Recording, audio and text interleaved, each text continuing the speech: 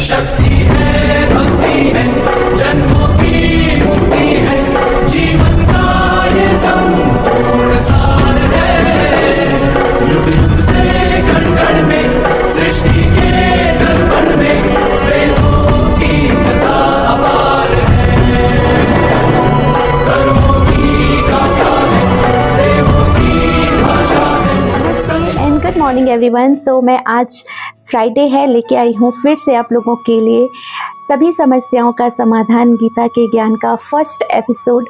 And मैंने आपको last video में बताया था कि हम यहाँ पे कहानियों की सीरीज़ स्टार्ट कर रहे हैं जिसमें हम लोग हर दिन एक नई कहानी के माध्यम से गीता के ज्ञान में उस समस्या का क्या समाधान बताया गया है उसके ऊपर बात करने वाले हैं। तो इस कहानी के जो मेन किरदार हैं वो हैं पंडित जी। पंडित जी हर किसी को गीता के ज्ञान के माध्यम से समस्याओं का समाधान बताते हैं। तो आखिर कौन है ये पंडित जी? ये ना तो पंडिताई करते हैं ना ही ये पंडित हैं। ये एक नॉर्मल से व्यक्ति हैं जिन्होंने ज़िंदगी भर सरकारी दफ्तर में काम किया है और एक ठीक ठाक पेंशन पर रिटायर हो चुके हैं। घर में इनकी एक वाइफ है, 2 बच्चे हैं और बहुत सुखी परिवार है। कि पंडित जी की वाइफ भी उनको घर में पंडित जी बोला करती थी। इसका कारण ये था कि पंडित जी ने लिटरेचर की पढ़ाई की थी, साथ ही उनको अध्यात्म में बहुत ज़्यादा रुचि थी और उन्होंने रामायण और गीता को घोट के पी दिया था, ऐसा कह सकते हैं। घर में भी रामायण की चौपाइयाँ सुना के और गीता के श्लोकों से सबको समझाने की कोशिश किया करते थे, तो इसलिए उनका नाम ही पंडित जी पड़ गया था। ये बात है उन दिनों की जब हमारे देश में कंप्यूटर रिवॉल्यूशन शुरू हुआ था और सभी सरकारी ऑफिसों में कंप्यूटर लगाने के लिए जारी किए गए थे और जितने भी सरकारी एम्प्लॉयज़ हैं उनको ट्रेनिंग दी जा रही थी कंप्यूटर सिखाने के लिए। ऐसे ही बृजभूषण जी के ऑफिस में, पंडित जी का असली नाम है बृजभूषण, तो बृज में 4 लड़के आए जो उनको ट्रेनिंग देने के लिए आए थे। पंडित जी को नई नई चीज़ें सीखनी बहुत पसंद थी, तो उन्हें बड़ी रुचि थी कंप्यूटर सीखने में और वो बहुत ही ईमानदारी से सीख रहे थे। चारों लड़कों में से एक लड़का था संदीप, जो बहुत कूल काम रहता था और पंडित जी को ये बहुत पसंद था क्योंकि वो किसी के भी उल्टे सीधे क्वेश्चंस पूछने पे उल्टा जवाब नहीं दिया करता था, चिड़चिड़ा नहीं हुआ करता था, हमेशा मुस्कुराता रहता था। एक दिन सडनली पंडित जी देखते हैं कि वो संदीप बहुत सैड रहने लग गया है। जो लड़का कभी चिढ़ा नहीं करता था किसी की बातों पे, उसके चेहरे से मुस्कुराहट गायब हो गई है, वो बहुत शांत रहने लगा। तो अब बृजभूषण जी एक्सपीरियंस्ड इंसान थे, तो वो जानते थे कि अगर इस एज में किसी को डिप्रेशन लग जाए तो वो उसकी पूरी ज़िंदगी, उसका भविष्य ख़राब कर सकता है।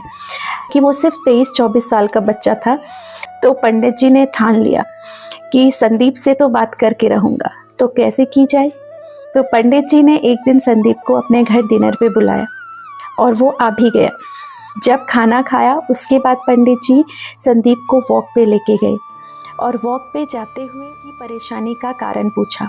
पहले तो संदीप टालता रहा, उसने बोला कि नहीं कोई दिक्कत नहीं है, कोई परेशानी नहीं है, लेकिन पंडित जी के बार बार पूछने पे, आग्रह करने पे संदीप ने रीज़न बता दिया। संदीप की प्रॉब्लम थी कि वो पिछले 5 साल से किसी कॉम्पिटिटिव एग्ज़ाम की तैयारी कर रहा है, बहुत मेहनत कर रहा है, लेकिन लगातार 3 बार एग्ज़ाम देने के बाद भी वो फेल हो गया और अभी उसका लास्ट मौका था, तो हिम्मत तोड़ दी थी। अभी उसको हिम्मत नहीं थी कि वो वापस से एग्ज़ाम दे और उसने ये डिसाइड कर दिया था कि उसको अब नहीं करना है। उसको लग रहा था कि उसने अपने 5 साल वेस्ट कर दिए हैं और अपने फेलियर का कारण वो खुद को ही मान रहा था, खुद को दोषी समझ रहा था और उसको लग रहा था कि उसका फ्यूचर अब कुछ भी नहीं है। संदीप की परेशानी को सुनकर पंडित जी थोड़ा सा चुप हुए और फिर उन्होंने तुरंत उसको एक श्लोक सुनाया। कर्मण्येवाधिकारस्ते मा फलेषु कदाचन माँ कर्म फले तुर्भु माते संकस्त कर्मणि। जानते हो संदीप इस श्लोक का अर्थ क्या है? ये श्लोक श्रीमद् भागवत का 2 चैप्टर का 47वां श्लोक है। ये श्लोक पूरे श्रीमद् भागवत का समरी है। कोई भी इंसान अगर ये श्लोक का मतलब समझ ले तो ये पूरे जीवन को बदल सकता है। ये श्रीमद् भागवत के सार को बताता है ये श्लोक। तो संदीप बड़ी अजीब से पंडित जी को देखने लगा और उसने पूछा, ऐसा क्या है इस श्लोक का अर्थ जो आप इसे श्रीमद् भागवत गीता का सार बता रहे हैं? इस श्लोक का अर्थ है कि हे अर्जुन, तेरा अधिकार सिर्फ तेरे कर्म पे है, उसके फल के प्रति आसक्त ना हो या कर्म ना करने के प्रति प्रेरित ना हो।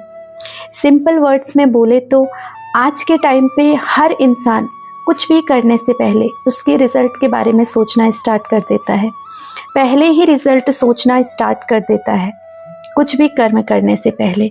जैसे बच्चा पढ़ाई करने से पहले रिजल्ट के बारे में सोचने लग जाता है, बिजनेसमैन काम करने से पहले उसके रिजल्ट के बारे में सोचना स्टार्ट कर देता है, सुबह उठते ही स्ट्रैटेजी बनाना स्टार्ट कर देता है, इंजीनियर कोई भी डिज़ाइन बनाने से पहले मेरा ही सबसे बेस्ट हो ये रिज़ल्ट लेना स्टार्ट कर देता है, हाउसवाइफ सब्जी काटने से पहले मेरा खाना सबसे टेस्टी होगा और मेरे परिवार वाले मेरी तारीफ़ करेंगे, ये सोच लेते हैं। जबकि हमारे हाथ में सिर्फ और सिर्फ हमारा कर्म, हमारे काम है। रिज़ल्ट ना हमारे हाथ पे है और ना ही हमारा रिज़ल्ट पे कंट्रोल है। रिज़ल्ट को कंट्रोल करना हमारा राइट नहीं है। ये बात को सुनते ही संदीप तुरंत बोला, अगर हम रिज़ल्ट की इच्छा ही नहीं रखेंगे तो किसी भी काम को करने का मोटिवेशन क्या रह जाएगा? फिर हमें मोटिवेशन कैसे मिलेगा किसी भी काम को करने का? हम मोटिवेटेड कैसे रहेंगे? इसका मतलब हम दुनिया में हर काम को सिर्फ टाइम पास के लिए करते हैं या करना चाहिए? तो पंडित जी ने बोला, बिल्कुल नहीं, मेरा ये अर्थ बिल्कुल भी नहीं था कि आप अपने काम के लिए इंटरेस्ट मत दिखाओ, फोकस्ड मत रहो या एफर्ट मत डालो। मेरा कहने का मतलब सिर्फ इतना है कि हर इंसान को ये बात समझ लेनी चाहिए कि उसका कंट्रोल सिर्फ उसके कर्म पे, उसके काम पे है, उसके रिजल्ट पे नहीं।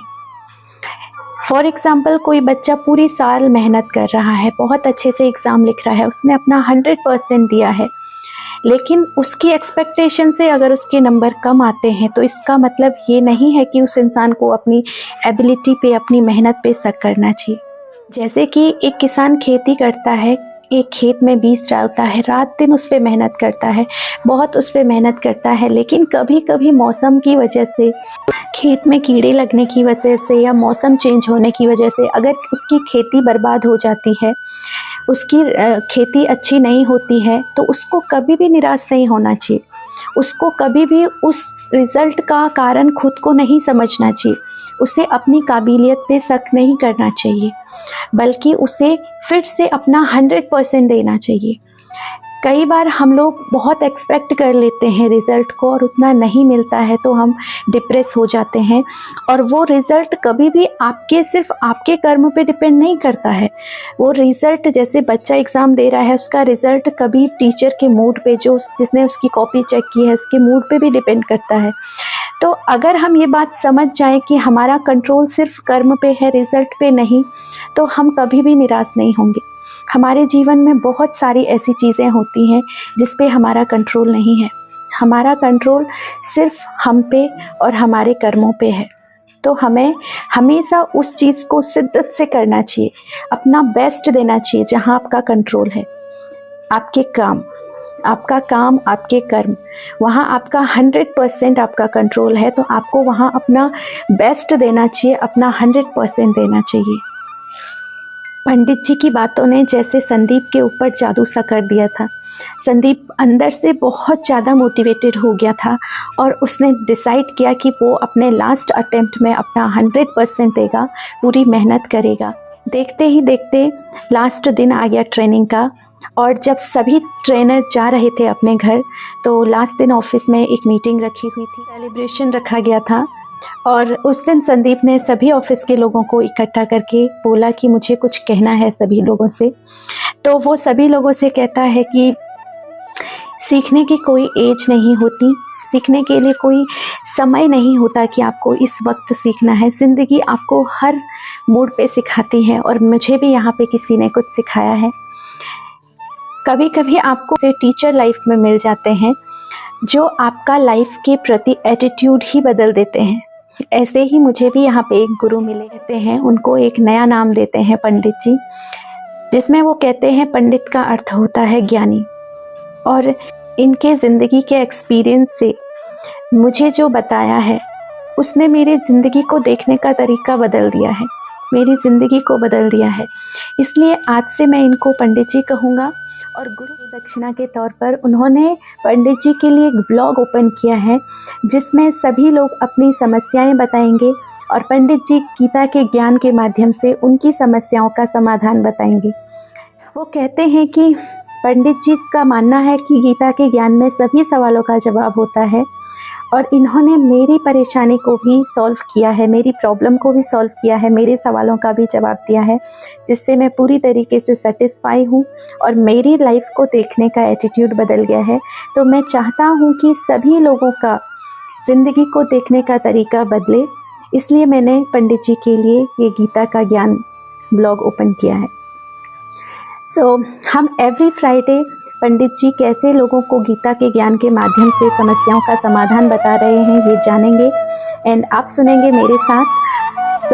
अगर अभी तक आपने मेरे चैनल को सब्सक्राइब नहीं किया है तो जल्दी से जाकर YouTube पर फाउंट ऑफ वेलनेस को सब्सक्राइब करिए सो दैट जितने भी वीडियोस हैं आप हंसते रहिए, हंसाते रहिए, हमेशा अच्छा बोलिए, ख्याल रखिए अपना और अपनों का।